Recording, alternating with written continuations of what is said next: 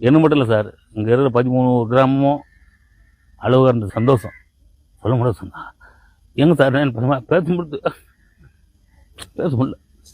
பேசுவேன் தெரியல, இன்னும் முடியல சார். அவர் சொன்ன வார்த்தை காப்பாற்றினார் சார். அவர் வர நிச்சயம் வந்தார், எங்களுக்கு காப்பாற்றன்னு சொன்னார், போய் காப்பாற்றினார் சார். நன்றி ஐயா, ஐயா நன்றி, நீங்க இந்த ஊரை காப்பாத்துங்க, நன்றி ஐயா.